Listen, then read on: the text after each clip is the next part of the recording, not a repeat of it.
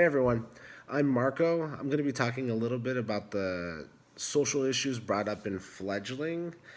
I really enjoyed the book. I thought it had a lot of good ethical questions brought up inside of it.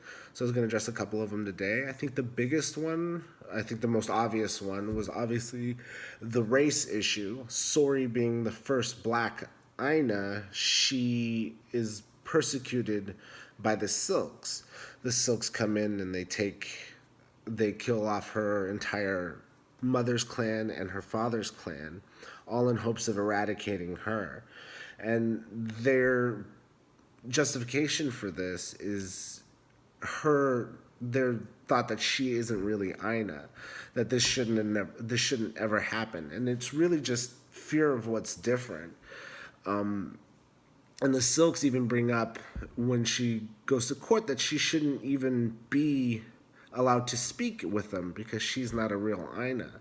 And this kind of goes to the whole race issue of people in the past and still today saying that a race of people is wrong or not fully human just because of the color of their skin. I mean, there was mostly no different between Sori or the other Aina. The only difference was is she had darker skin, she was able to stay up in the daytime, and she was resistant to the sunlight.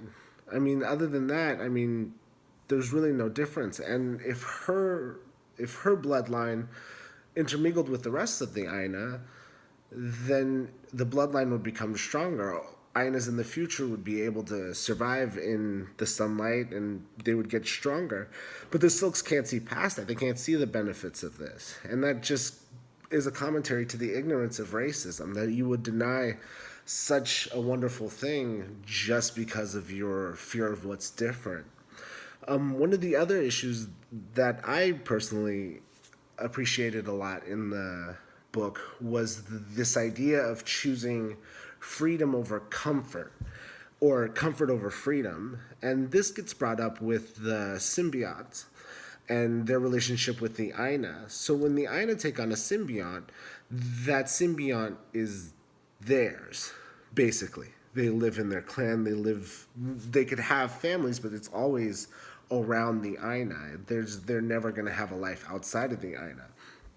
And this isn't necessarily a bad thing, but it is something that you have to take into consideration.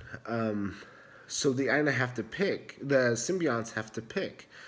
I mean, do they stay with these Aina and give up their freedom to be and live as a human being, or do they go out and do their own thing?